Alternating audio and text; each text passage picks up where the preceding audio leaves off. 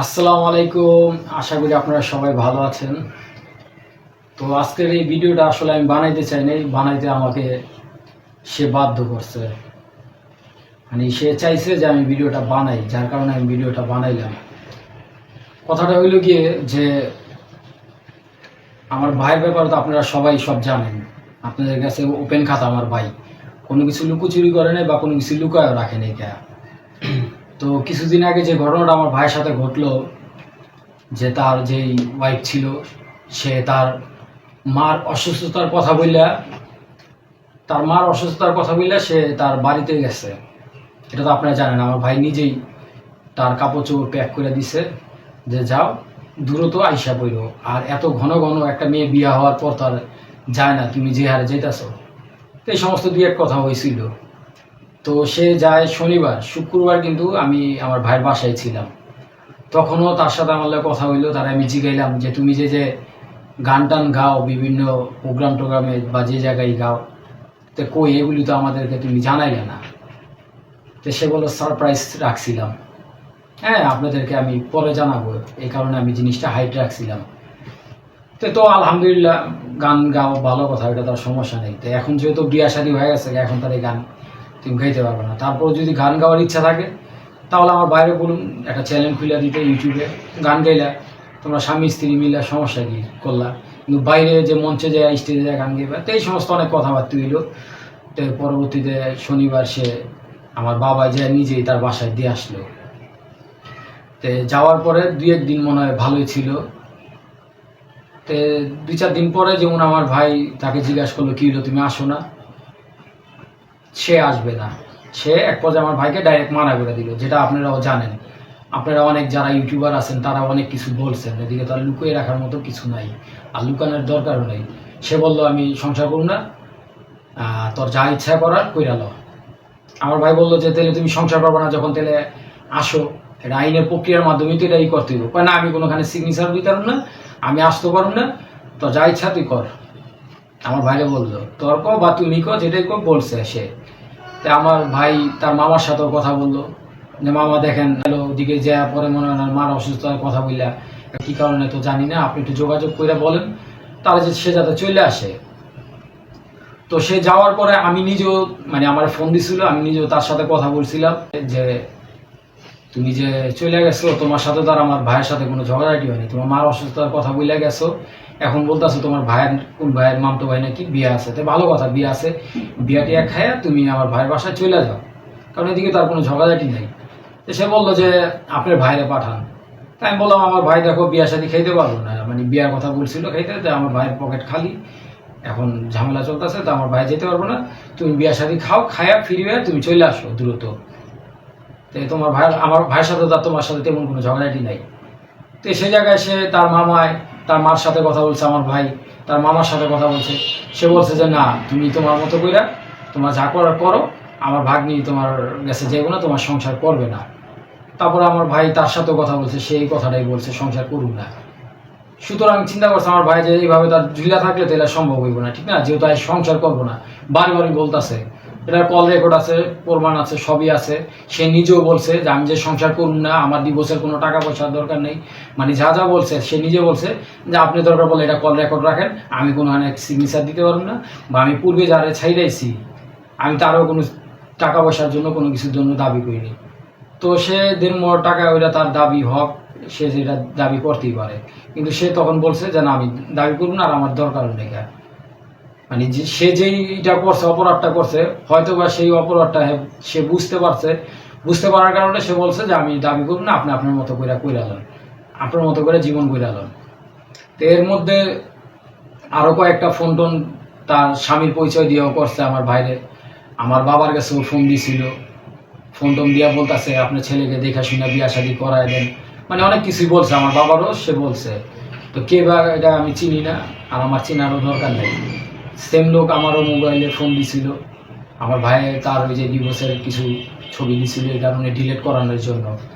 তো এই ডিভোর্সের ছবি দিছে, এটা তারা অন্যায় কিছু করে নাই, সেটার জন্য সে মামলা হামলা অনেক কিছু ভয় টয় দেখাইছে। যাই হোক, এক পর্যায়ে এটা চুপ আছে গা। আমার কাছে সে ফোন দেওয়া বলছে যে ভাই আমার বিষয় নিয়ে যাতে কোনো ভিডিও না করে, আমিও তারা কোনো হয়রানি করব না, সেও যাতে আমাদেরকে হয়রানি না করে। এই ব্যাপারটিরও কল রেকর্ড আছে আমাদের কাছে। তো যাই হোক, সব প্রমাণই আছে আমাদের কাছে। তো এতদিন পর আজকে ঈদের দ্বিতীয় দিন চলে, সে আমার মোবাইলে ফোন দিছে। ফোনটা বলতেছে, ভাইয়া ডিভোর্সের কাগজটা তো আসলো না। তা আমি বললাম যে দেখো, ডিভোর্সের কাগজ আসলো না, এটা তো আর আমাদের হাতে নাই কে, এটা হলো কোর্টের মাধ্যমে তোমার কাছে যাইব, এটা হলো আইনি প্রক্রিয়ায় যাইব, সরকারি মাধ্যমে। এটা হয়তো এখন কোর্ট বন্ধ, এই কারণে যেতেছে না, কোর্ট খুললে পরে অবশ্যই ইনশাল্লাহ যাইব। তো সে বলতেছে যে, তো সে এই কথা বললো, বলার পরে মনে করেন যে আর অনেক কিছুই বলছে, যে আপনি বাইরে বলবেন যে আমার যে ডিভোর্সের কাগজটা এটার সাথে যাতে আমার কাবিনের টাকাটা পাঠায় দেয়। আমি বললাম যে দেখো, এটা তো আর আমি এই সমস্ত ব্যাপার জানি না, আর আমার এগুলি ব্যাপারে জানাও তোমার লাভ নেই কে। তোমরা দুজনে পছন্দ করে বিয়ে শাদী করছো, যেহেতু ফ্যামিলির মাধ্যমে, 5 জনের মাধ্যমে, তুমি 5 জন নিয়ে আসো, আইসা বসো, বৈশা তুমি কথাবার্তি বলো। তোমার কাবিনের টাকা তুমি দাবি করতেছো, এতদিন তোমার দাবি করো না, এখন যেহেতু করতেছো তোমার কাবিনের টাকা দরকার, তো 5 জন লিয়া যেহেতু বিয়া বইছো, তো 5 জন নিয়ে আসো, আইসা বৈশা কথাবার্তি কও, সমস্যা কি? সে টাকা কিভাবে দিবে না দিবে তোমাদেরকে যদি কথাবার্তির মাধ্যমে বুঝাইতে পারে, তো তোমরা ওই ব্যবস্থা নিবে, সমস্যা কি? তো সে অনেক কথা আরো বলছে। তো মাঝখানটা ফাট করে আমার বলতেছে যে আমার ফুটতো ভাইয়ের সাথে একটু কথা বলেন। আচ্ছা ভাই, আপনারাই বলেন আমি তার সাথে কি কথা বলবো? তারা আমি বললাম যে তোমার যে ডিভোর্সের টাকা বা কি, এটি তারা আমি জানি না। তো আমার সে বলতেছে যে কে, আপনিও তো বিয়ার মধ্যে ছিলেন। সে আমাকে বলতেছে আপনিও বিয়ার মধ্যে ছিলেন। আরে ভাই, বিয়ার মধ্যে তো আত্মীয় স্বজন অবশ্যই থাকে, কিন্তু যে ঝামেলায় পড়ে তার ঝামেলা সে নিজে কিন্তু হ্যাসেল করে। এটা কি আত্মীয় স্বজনের হ্যাসেল করে? আমি কি ফ্যামিলিতে থাকি না ফ্যামিলির সদস্য? সে আমাকে ফোন দেওয়া মনে করেন জিরা করতেছে। আমার জিরা করে লাভ আছে? এখন সে তার ফুটতো ভাইয়ের ফোন দিছে, ফোন দিয়ে সে তার ফুটতো ভাই আমাকে উল্টাপুল্টা কথা বলতেছে। তা আমি বললাম যে ভাইয়া, আপনার লোক আমার লোক কথা বলার মতো কিছু নেই, আগে আপনি আমার কথা শুনেন, আমি কি বলতে চাচ্ছি আপনি শুনে পড়ালে আমার কথার উত্তর আপনি দেন, তারপরে আমি আপনার কথা আমি শুনতেছি, সমস্যা নেই। সে আমাকে মনে করেন যে বেদব মেদব দুনিয়ার কিছু করা শুরু করছে। আচ্ছা বেদবি আমি কি করছি? আমার কোনো সন্তান কি তার বোনের বিয়ে করছে না? আমি করছি তার বোনের বিয়া। যে করছে, যাদের মাধ্যমে সংসার হয়েছে, তারা সংসার করার আগে আমার ভাইরে বলতেছে যে মিথ্যা কথা বলছে, এটা সেটা। যাই হোক, যে সংসার করছে সে তার লোকের কথা বলতে পারে, আমার সাথে তো কথা বললে লাভ নেই। সে আমার সাথে কথা বললে কি বললো আপনারা একটু শুনেন। সে উল্টা পুল্টা ল্যাঙ্গুয়েজে আমার সাথে কথা বলছে, আমি এটা তুলে ধরলাম, আপনারা অবশ্যই শুনেন, দেখেন। বলো। ভাইয়ের সাথে কথা বলা দরকার। হ্যাঁ, হ্যালো। হ্যালো, আচ্ছা, আসসালামু ওয়ালাইকুম আসসালাম। শোনেন আমি বলে একটা কথা। ভাই শুনেন, আমি আগে আপনার একটা কথা বলি, শুনেন শোনেন ভাই, শুনেন আগে আমি একটা কথা বলি। আপনি যেভাবে কথা বলছেন মনে হচ্ছে হ্যাঁ। আপনার কাছে আমরা সব মাথা বিক্রি করে দিচ্ছি না। না না, আপনি আমার আগে কথা শুনে হলো না, আপনার টাইম পরে শুনতেছে, আগে আমারটা শুনেন। আপনার সব কথা শুনছেন না, বুঝছেন? কি কথা শুনছেন? প্রতারণা করি না। কি সব কথা শুনছেন আপনি আমার? আপনি কি কথা শুনছেন আমার? হ্যাঁ, হ্যাঁ, কি কথা শুনতে পারেন? আপনি আমার কি কথা শুনছেন? কি কথা শুনতে পারেন? কি মনে করেন নিজেকে? আমি কি নিজেকে কি মনে করুন? কি মনে করেন? কি মনে করুন নিজেকে নিজে? আপনাকে আসবেন দেখাতে নাকি আমরা যাবো সেখানে বলেন? আসেন, আপনি আসেন, আসেন। উপর শুনতে খুলে দেবো দিয়ে দেবো। এই গালাগালি করবেন না, এই বেদব কারে কয়? গালাগালি করবেন না, বকাবকি করবেন না, বেদব কারে কয়? গালাগালি করি? হ্যাঁ, হ্যাঁ? কি? গালাগালি করো তোমার তো পরে। তে কি করলেন আপনি? বেদব বুদব কোন কারে? ফাইজলামি পাইছেন? কি এর ফাইজলামি পাইছে? ফাইজলামি তো আপনার বোন পাইছে, ফাইজলামি আপনার বোন পাইছে, ফাইজলামি আপনার বোন পাইছে। কোন মামলা করবি? এই লোকের নামে এক প্রথম মামলা করবি। হ্যাঁ, মামলা করেন, যান। অন্যায় যদি করে থাকি কোনো মামলা করবেন, সমস্যা আমি কি? যদি ঢাকায় পাই ঠ্যাংটা ভেঙে দেবো একদম। আচ্ছা, ভাঙ্গেন, ঠ্যাং ভাঙ্গেন, পারলে মামলা আমরাও করতে জানি। আইন খালি আপনার বলি কেনা, ঠ্যাং ভাঙ্গা দিবেন মিয়া। তো কি বললো তো শুনছেন? সে আমাকে মানে বিভিন্ন ঠেট দিতেছে, সে আমাকে মানে আইনত ব্যবস্থা নিব। আরে ভাই, আমি কি অন্যায় করছি? আমার লগে কি সম্পর্ক আপনার লগে? আপনি তো আমার লগে ফোন দিয়ে কথা করার কোনো ওয়েই নেই, কারণ তার মা আছে, বাপ আছে, সব আছে। আপনার আমার ফোন দিয়ে ডিস্টার্ব করার মতো কোনো মানে মানিই হয় না। তার যে আগের হাজব্যান্ড আছে, সে ফোন দিয়ে বিভিন্ন ইনফরমেশন দিছে, আমরা পাইছি, আমরা শুনছি বিভিন্ন ইউটিউবারের মাধ্যমে। তাদের কাছে মেসেজ পাঠাইছে, আপনারা যারা ইউটিউবার আছেন বা যারা রোস্ট করেন তাদের কাছে বলছে, আমরা শুনছি। এই তো ওই কথা আমার ভাই বলুক বা যেমনি বলুক বলছে। এখন সে বলতেছে মানে তাকে প্রতারক বললো কেন? আচ্ছা প্রতারক বলবো না তো কি বলবে কোন? সে চলে গেছে তার মার অসুস্থতার কথা বললা, সে যায় তার ভাইয়ের বিয়া খায়, সে রেস্তোরাঁয় ঘুরে বেড়ায়, রেস্তোরাঁয় খাবার খাইতেছে, আমার বাইরে ফোন দেওয়া উল্টা পুল্টা কথাবার্তি বলতে থাকে। হ্যাঁ, তারপর আরো অনেক কিছু আছে, সব কথা তার বলা যায় না, তারপর অনেক কথা বলতে হয়। তো সে তার নিজ ইচ্ছা মতো চলে গেছে, সে সংসার করবে না, তার নিজের মুখটা বইলা দিছে। এখন আইসা সে আমাকে হুমকি ধুমকি দিতেছে।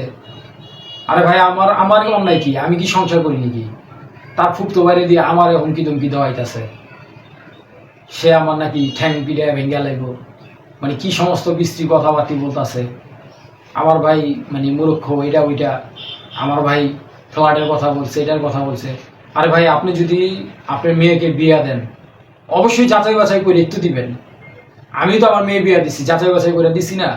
এমন তো না যে প্রেম কইরা ভাইগা যায় বিয়া বসে যাচাই বাছাই করার কোনো।